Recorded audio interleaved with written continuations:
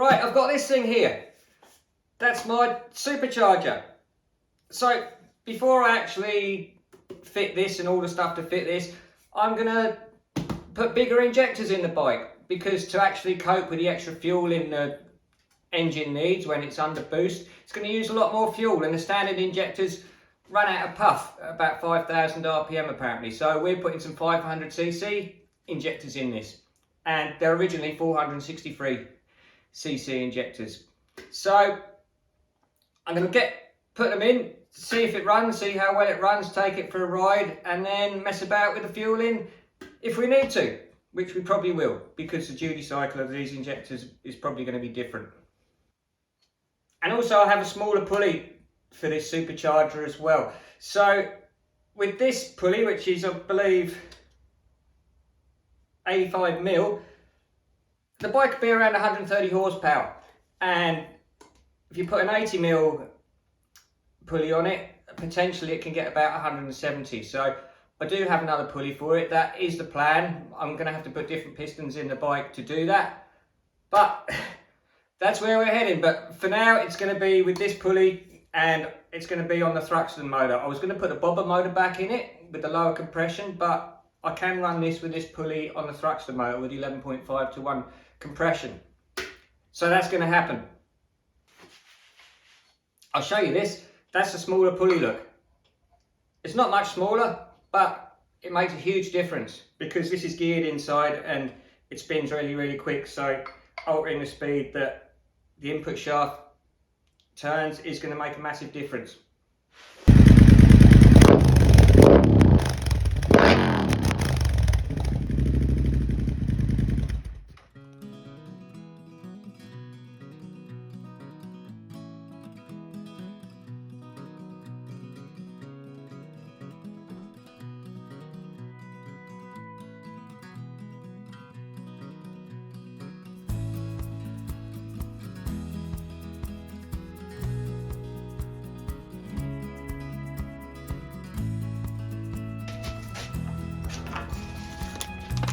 Right, so they're my old injectors, which are 463cc, and this one here is one of the new ones, which is 500cc.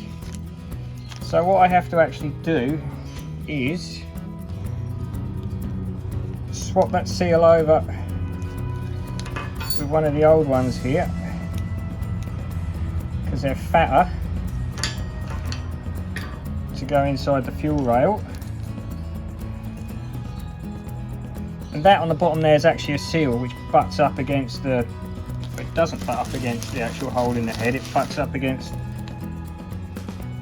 that bush, which then butts up against the hole in the head. I don't really know what seals that end, just aluminium on aluminium I think. I don't know, I don't have instructions for that at this stage. So then that.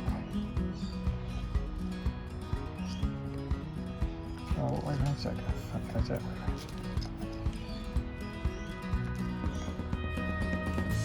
Needs a bit of lube, that does.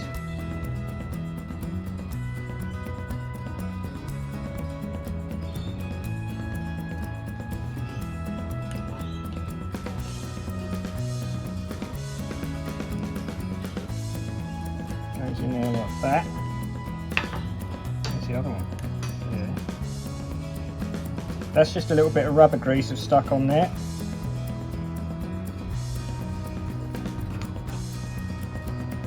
That's better. But also the plugs are different on the new injectors, so they've got to be changed over because they're. But what I'm going to do is I'm going to put them on a longer bit of wire so that I can leave some long bits of wire on the bike or on my old injector plugs in case I need to put them back on again. So I've just got to put these little terminals on the end. This wire might be a bit thick actually.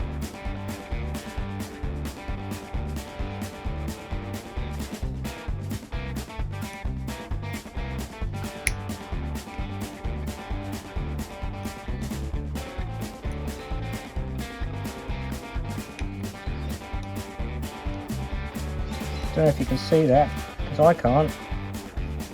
My eyes are not very good anymore.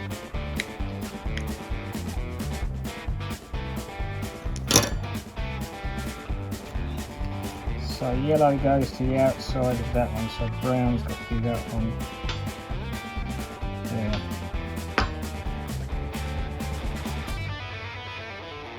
Okay, in that way.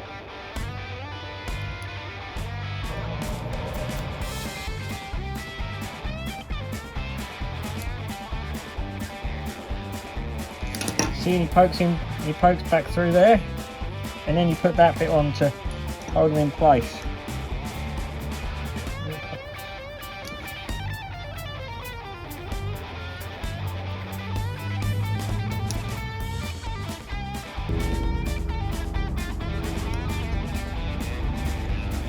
Holds them on like that.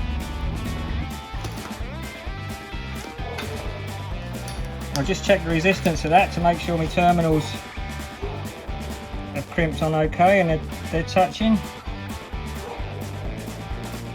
10 ohms. Sounds about right.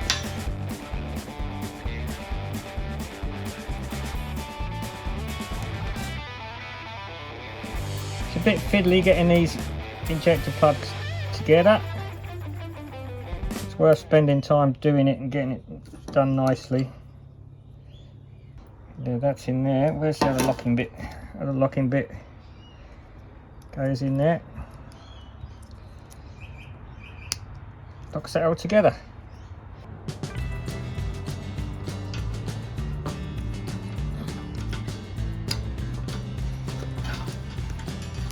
Check that to make sure there's a resistance there. 10 ohms. So that one's okay too. Make sure that hole's cleaned out really nicely.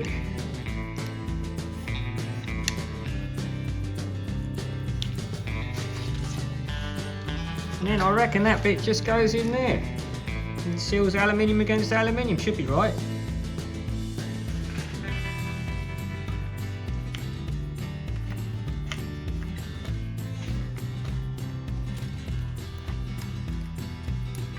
Yeah.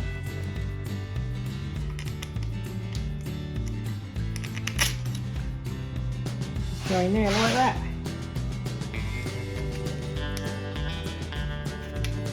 It's a bit fiddly.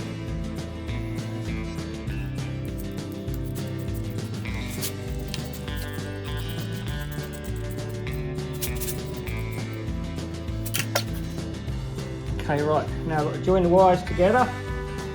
I'll film that round this side so you can see it better.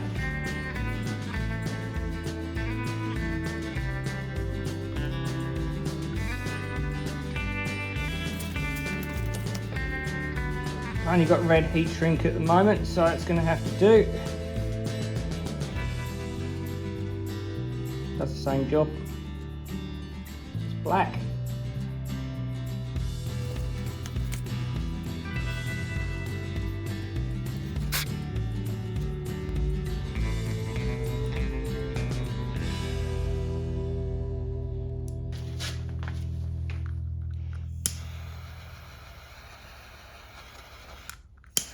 Probably not a good idea doing that there where I've just spilt fuel earlier. It's all evaporated now, I think. Well, it's not on fire.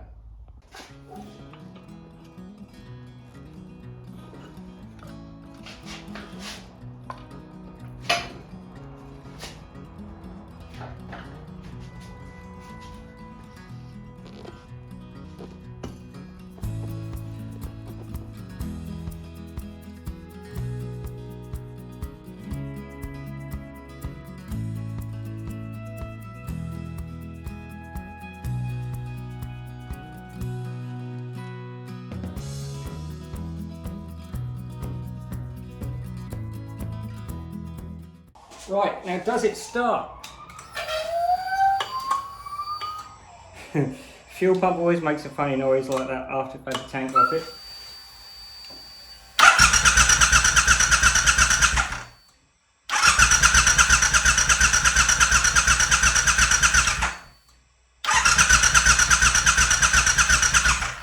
No, it doesn't. Let's see if we can find out why. ECU, error codes. No error codes. Okay.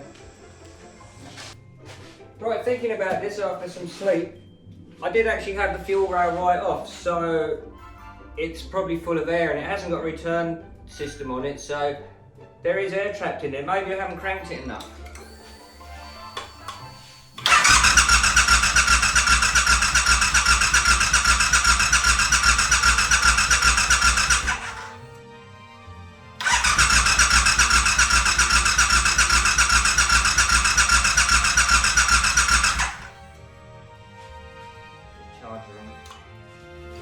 I'm really pleased with this, the way this works.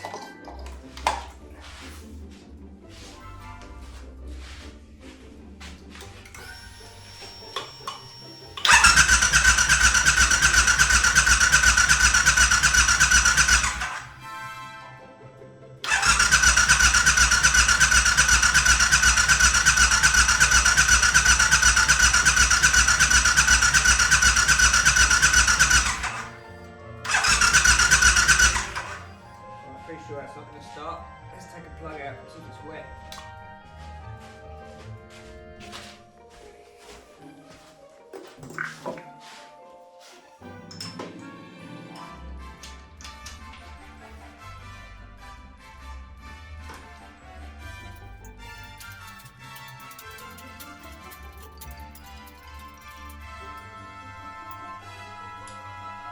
Wow.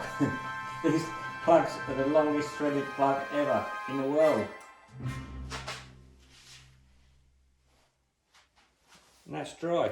Bone dry, look. Don't know if you can see that. Error codes, no error codes.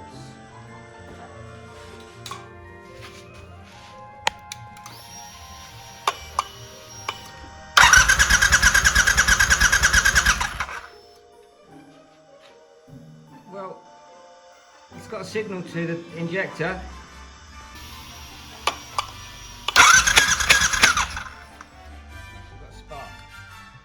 Well, it's been a long day. I'm not really sure what's up with it at the moment. It should start with these injectors, it should run.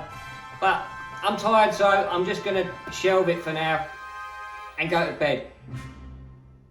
So don't forget to like, and if you haven't subscribed, subscribe. Oh, and comment. What do you reckon's wrong? Or what do you reckon I need to do next? And of course, have a great day.